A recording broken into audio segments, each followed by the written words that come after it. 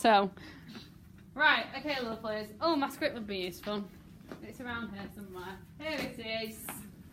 Okay, I am going to assume that you have all read this scene. So we're not going to read it word for word. Am I right in saying you've read this scene? Okay.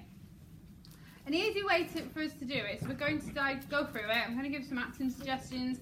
You can also give some acting suggestions. Yeah. I also need a pencil. Oh, thanks, you organised person. Right, okay. Are we ready? So, we're going to go through this scene and then I'm going to go and get you to colour in what the key lines are. So please can you try and make sure you've got 2 highlighters for this section. So you should have one in one colour and one in another colour. I've got some orange and yellow. Does anyone need another highlighter? You're all good? Excellent. So, does anyone want to read? I'm happy if no one does, but I can't read both parts. So we've got do you want to read this? Do you want to do a bit of Ismene? I won't get you confused. Antigone? I'll be her. You'll be her. Right. Come on, I want some aggression out of Antigone. You can do it. Where is it? This one here. It's just Why is it so many? keep going. That's like halfway through. Right. It's me and listen. Okay. Remember, you've rushed through. Remember our opening. If you all got that opening written down, you got Ismene, the nice calm entrance. She's very pensive. She's picked out petals. You know, she's throwing them on the floor. She's busy in her own content world. Antigone storms up to the front of the stage, throws the rose out of her hand, grabs her wrist and says, Antigone, Ismene, listen. Let's just remind ourselves, you should be writing in your script, Lewis, what is the audience's response for Antigone in this scene?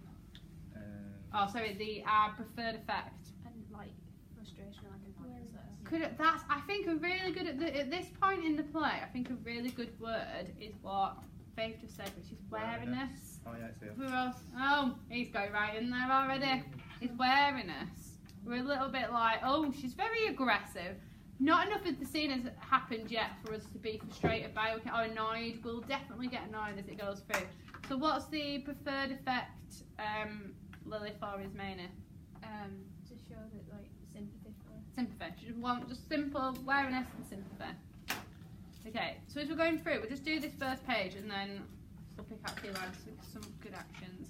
Okay, go. How are you saying it? Ismene. Ismene. Yeah. Ismene, listen. The same blood flows in both our veins, doesn't it, my sister? The blood of Oedipus, and suffering, which was his destiny, is our punishment too. The sentence passed on all his children. Physical pain, contempt, insults, every kind of dishonour. We've seen them all and endured them all, the 2 of us. But there is more to come. Now, today. Have you heard it? This new proclamation which the king has made to the whole city. Have you heard how those nearest to us are to be treated with contempt we reserve for traitors, people we love? No one has told me anything, Antigone. I've heard nothing, neither good nor bad, about anyone we love. Not since the battle, I mean. And terrible news that both our brothers were dead one day. One day, one battle, and fratricide twice over, each brother cutting down his own flesh. But the army from Argos? Retreat, yeah, Argos. Think of the shop. Argos retreated last night. It's named after. I have heard that. Nothing else. Nothing else to cheer me up or depress me further. I thought you hadn't. That's why I asked you to meet me here, where I can tell you everything without any risk of being overheard. What is it then? More terrible news? Something black and frightening, I can see that. Well, what do you think, Ismene? Perhaps both of them dead, and Creon has You can guess. has decreed? And Decreon has decreed, yeah. Oh, that has a decent burial shall be given to one, but not to the other. Eteocles, apparently, has already been buried with full military honours and all of his formalities due to the dead. Okay, let's just freeze there. So let's go from the top. So we've got Ismene, listen, okay? The scene changes when she says, but there's more to come. Now, today. So can you just highlight for Antigone the now, today? Okay, so remember, she's really impassioned, she's really riled. So she's talking to say, but there's more to come. She wants to make a thing out of it. She's here, she's planned this speech to try and woo her sister into it. So get her to stand up to do. Now, today, this news. So it's right over, she's right in front of the audience, she's up, powerful. She stomps up, she's up, she stomps out, forward. She's putting herself as the important, she's like prominence, status. So up, stands up, moves over to the side. Right, this new proclamation, it's obviously sarcastic. What action can she do on new proclamation to show it's sarcastic? I don't think that would be in back then. This new proclamation. Something similar to that. Something a bit more in disgust. Maybe like turn head away. I'm trying to go creative. This new proclamation. How would you describe that in words? Like Sausage. like Oh, do you know what she could do? Let's get creative. We've got a fountain of water in our hands. Now, today, have you heard it? This new proclamation. She could slam her arms in the water. That the king has made. So the word new proclamation. She slams the fist into it. Anything along those lines. And what I'm trying to avoid you doing is doing things like heads turning away and little things. I'm trying to get creative with it. Because there's no way you can talk about all of these key lines. Because from Antigone, they'll probably say, how would you act to row over two scenes? It's mainly they'll ask you to do both of the scenes. You've got to pick out the key lines that really show their personalities. By her slamming a fist in that water, what is it immediately showing the audience? her aggression. Yeah, boom, fully in there. We've had a ripping of rose, we've had a doing that. Already it's more aggression. So every action has got a link to that effect, and every action's got to be creative. So I'm going to do... Anyone have a pencil sharpener?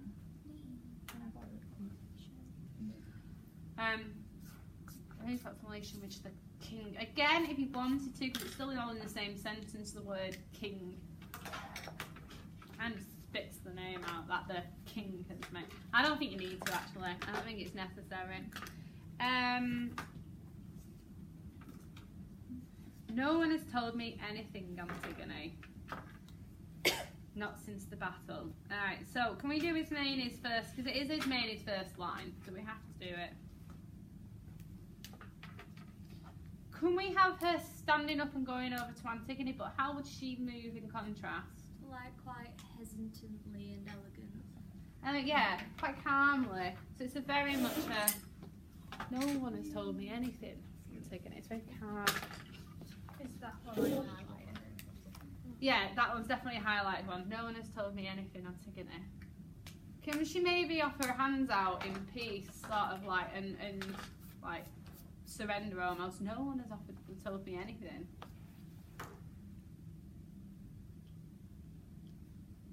So the audience feels sorry for her because she's offering, she's been, and she's like, no one's told me anything, Antigone.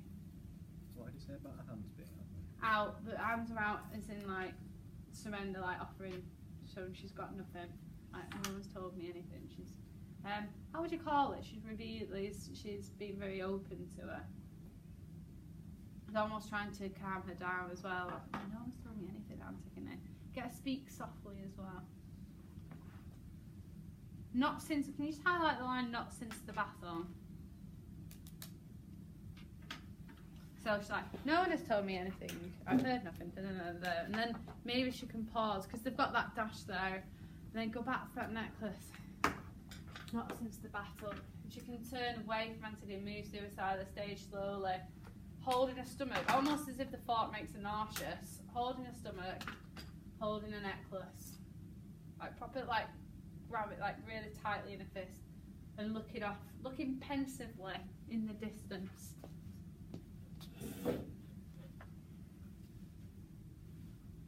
Think about what these actions are showing about, to me, what they're showing about Ismene. That she's very calm and collected, but she's also quite, aware of herself. Yeah, she's pensive, she's quite mournful at the minute, she's quite sorrowful. She's calm.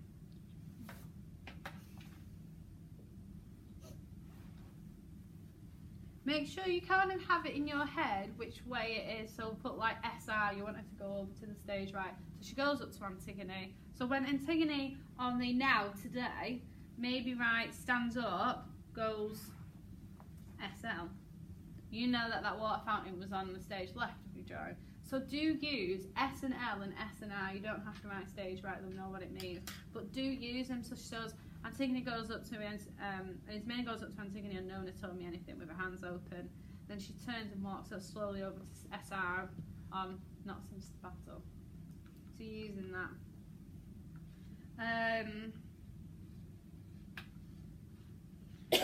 Right, so we won't highlight. We'll think. So occasionally I'll be like, I'll give you the sentences I quite like, but don't highlight them unless we know we've got some creative actions. Each brother cutting down his own flesh. Can you think of any creative actions for Antigone there? Oh, the other one is one day, one battle, and fratricide twice over. I quite like the poetry in that. What is fratricide? Like when you kill your own member of your family. Oh, okay. Like patricide is when you kill your mother. No, your father. I think matricide. Yeah, it's a family, so they're killing your brother. What do you think? We've got any creative actions there? Think about what's around you on stage, what she's got. She's still got that rose on the floor. There's the throne, isn't there? She would not sit on the throne. She could put a hand on the throne. Couldn't she like put her hand like just kind of like graze up like near the armchair, like the armchair up to like the head, and then she could do like she's going up to the side of the throne where the arms are.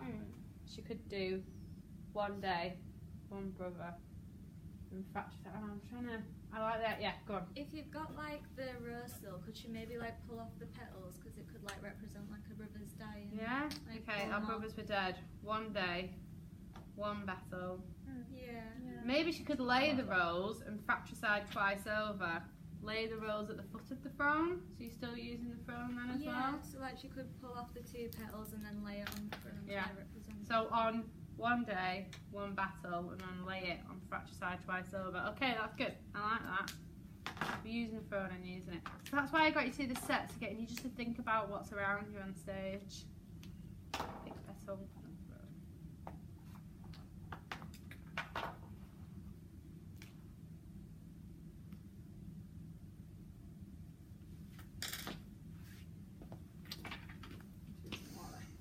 Okay, Antigone's next line. I thought you hadn't. That's why I asked you to meet me here. Well, how do you think she sounds when she's saying that? I thought you hadn't. I thought you hadn't. I don't really She's know. quite excited. Do you not feel like you're getting that sense of her? It's like a, do you know when you've got some news to tell someone, you've got gossip, you're like, you've heard this, and you're like, oh my god, I'm going to tell you this. And she's so excited. Because it's like, I get to corrupt you from the beginning. I get to tell you the side of the gossip that I wanted to tell you. So she is excited. She's like, nothing to cheer me up or depress me further. So she's over at stage, she laid the rose down, she's gone back over to stage right. So she's over stage right. I thought you hadn't. That's why I asked you to hear it, Mum. Thought you hadn't. Maybe I thought you hadn't. She could rush over excitedly to Ismene, and then that's why I asked you to meet her here. Bring her back. You know when you sat down in the front, back at the front of the throne. That's why I asked you asked you to meet me here, where I can tell you everything, and then she can look over her shoulder without the risk of being overheard. You don't have to give the whole quote. You can just go, I thought you hadn't. So you can say to the examiner, on this line, I would direct Antigone to march over to Ismene excitedly, grab her hand again and pull her back in front of the throne and sit on the dais in front, looking around her shoulder to check no one's hearing her.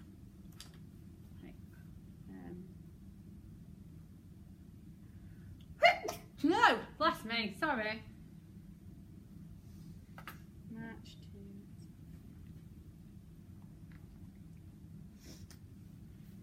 Right, cool. What is it then? More terrible news, something black and frightening. I can feel that. I can guess. I feel like that's probably enough for your first section. We'll probably do it a bit in sections. You don't want to do too many. If we need to go back and add some more, we can do. Okay, let's go to the next page. Okay, so sorry, I cut you halfway through the line. So Antigone just said, all the formalities due to the dead meticulously observed. So we know that Eteocles is the one who was buried. So yeah, she's just still. Don't you think she's sounding quite mean about her brother? She's sounding almost like Eteocles gets buried, but it's like he's your brother too. Anyway, I digress. Carry on. So that his rest in the underworld among the heroes is assured, but Polynices, who died in agony just as certainly as his brother did, is not to be buried at all. The decree makes that quite plain. He is to be left lying where he fell, with no tears and no ceremonies of mourning, to stink in the open, till the kites and vultures catch the scent,